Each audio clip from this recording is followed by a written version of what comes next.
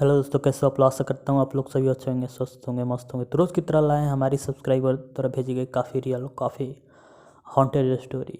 तो ये आज की जो हमारी स्टोरी है अमन जी ने भेजी है। तो चलिए सुनते हैं इनकी कहानी। और ये काफ़ी रियल है और काफ़ी हॉन्टेड स्टोरी है। तो चलिए बिना देर के लगाइए हेडफोन और मज़ा लीजिए इस स्टोरी का।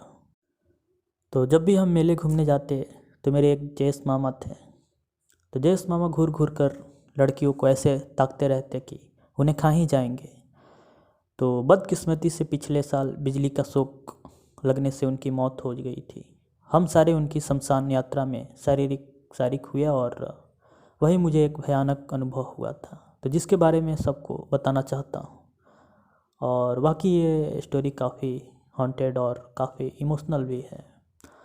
तो हुआ था उस रात 2 बजे मेरी नींद खुल गई। तो शायद किसी ने मुझे आवाज़ दी थी। तो मैं चौंक गया। उठकर आसपास देखा तो कोई नज़र नहीं दिखा। मैं रात को पूरी तरह अच्छे से देखा लेकिन वहाँ कोई मुझे नज़र नहीं आया।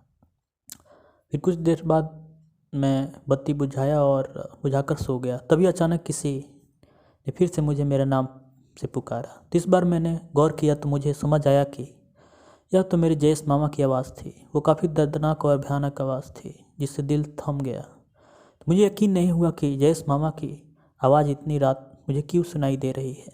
तो कुछ देर बाद मैं फिर सो गया। तो सोते सोते मेरी नज़र खिड़की के बाहर गई और वहाँ से मुझे दिखा।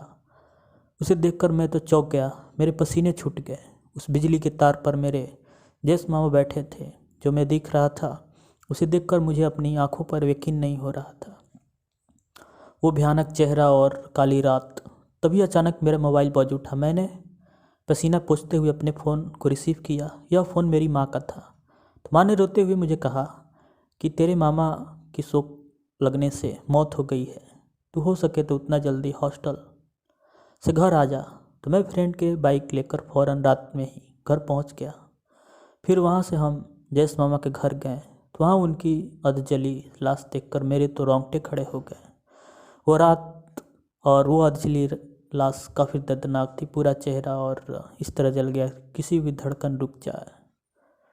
तो बात ऐसी थी कि तो मेरे भी पापा वहीं थे। तो मैं वहाँ पहुँचा। तो मैंने उनसे पूछा कि ये सब कब हुआ। तो पापा ने बताया कि करीब 3 घंटे पहले तेरे मामा बिजली के फॉल्ट को ठीक करने खंभे पर चढ़े थे। तभी अचानक में लाइन का करंट शुरू हो गया और यह दुर्घटना हो गई। तो मुझे वहाँ खूब रोना आया क्योंकि मेरे मामा मेरे दोस्त की तरह थे। तो मैं उनका खूब मजाक भी उड़ाता था। तो वो कभी बुरा नहीं मानते थे मेरी कई बातों को। तो उसके बाद मेरी हर परेशानी में मेरा साथ देते थे। फिर मुझे हॉस्टल वाली घटना याद आई। तो शायद मैंने जयेश मामा को कहीं भूत की आवाज़ सुनी थी और खिड़की के बाहर तार पर मुझे जयेश मामा कहीं प्रेत दिखा होगा। अब धीरे धीरे मेरा शौक और खौफ और डर में तब्दील होता जा रहा था। तो मुझे पता नहीं था कि उनका भूत मरने के बाद भी मेरे पास क्यों भटक रहा था। यह सब सोच सोच कर मेरी तो पसीने छूट रहे थे और मुझे अंदर ही अंदर डर सता रहा था कि आगे क्या होगा। तो अगले दिन जयेश मामा की अग्निदाह विधि थी और वहाँ मैं भी गया था। तो सारे सगे संबंधी अग्निदाह के लिए लकड़ियाँ लगा रहे थे। तभी अचानक मेरी नज़र जयेश मामा की लाश की ओर गई। तो मैंने देखा कि जयेश मामा के हाथ के जो पंजे हैं वो कुछ हरकतें हुई। तो शायद उनका पंजा मेरी ओर उठा और हाथ में मुझे पास आने का इशारा किया। यह सब देखकर मैं पागलों की तरह चीखने लगा और काफ़ी रोने लगा। तो सब सगे संबंधी दौड़कर मेरे पास आ गए और मैंने जो भी हुआ था वो सब उन्हें बताया। पर वहाँ पर किसी ने विश्वास मेरी बातों को नहीं किया। तो खैर पापा को बोला कि किशन डर गया है और इसको घर भेज दीजिए। तो मेरे पापा फ़ौरन उसी वक्त मुझे घर ले आए और वापस शमशान चले गए। फिर उस रात मुझे जोरदार बुखार चढ़ गया। मेरे पापा मेरे लिए दवाई भी लाए पर बुखार उतर ही नहीं रहा था। तो उस रात मुझे जयेश मामा के भूत का डर भी सता रहा था कि आखिर मेरे पीछे पड़े क्यों हैं। वो मेरे प्रेम भाव से मेरे पीछे पड़े हैं या फिर उनकी कोई और मंशा है या फिर कुछ और। तो मेरे बात में रात भर मैं सो नहीं सका और यही बात सोच रहा था कि कहीं वो मुझे मारने के तो नहीं सोच रहे हैं या फिर उनका कोई और इरादा है। तो आखिर उनके मन में वो क्या चीज़ थी जिसको लेकर मेरे वो पीछे पड़े थे। तो करीब रात के 3 बजे फिर मुझे किसी के चलने की आहट सुनाई दी तो फ़ौरन मेरी आंखें खुल गई और मैंने देखा कि मेरे बिस्तर के पास जयेश मामा बैठे हैं और उनका अध जला चेहरा जला हुआ था और वह मेरी ओर देख रहे थे। तो उनका भूत देखकर मेरी ज़बान हलक में अटक गई और सांस फूलने लगी। उनका चेहरा काफ़ी खौफनाक था और जिस तरह से जला था तो यह देखकर मेरे धड़कनें रुकने सी लगी थी और तो मैं बेतहासा कांपने लगा और मुझे समझ नहीं आ रहा था कि मेरे जयेश मामा का भूत हाथ धोकर मेरे पीछे क्यों पड़ा है। तो कुछ देर बाद जयेश मामा ने अपनी जेब में हाथ डाला और कुछ निकाल कर मेरे बिस्तर पर रखा।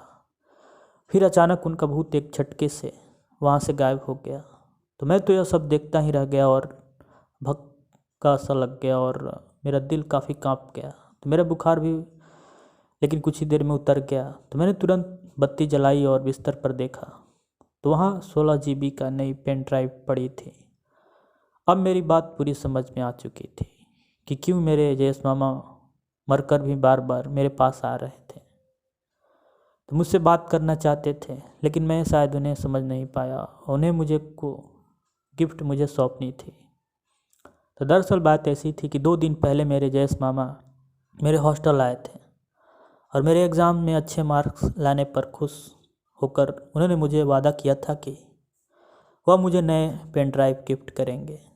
और हंसते हुए मैंने उन्हें कहा था कि इस बार कोई बहाना मत करना और मर भी जाओ तो भी मेरा गिफ्ट ज़रूर मुझे वापस करना। तो शायद मरकर भी वो अपना वादा और वो बात नहीं भूले थे। शायद ज़िंदगी में लोग जीते जी भूल जाते हैं और वैसे इंसान थे शायद कि मरकर भी वो अपना वादा और ऐसे दर्दनाक मौत उनकी हुई थी कि मैं काफ़ी रोने लगा और फिर भी उन्होंने अपना वादा पूरा किया। तो ना जाने दुनिया में अच्छे लोग ही बहुत जल्द क्यों चले जाते हैं। तो ये कहानी सुनाकर भी मेरे आंखों में काफ़ी आंसू है और तो खैर ये कहानी यहीं पर समाप्त होती है और आशा करता हूँ आपको लोग ये कहानी अच्छी लगी होगी। तो ये कहानी आपको थोड़ा भी अगर अच्छी लगी हो तो प्लीज़ हमारे चैनल को सब्सक्राइब कीजिएगा अगर आप नए हो तो, और लाइक कीजिएगा। तो खैर मिलते हैं किसी नेक्स्ट वीडियो में ऐसे ही। तब तक बाय एंड टेक केयर।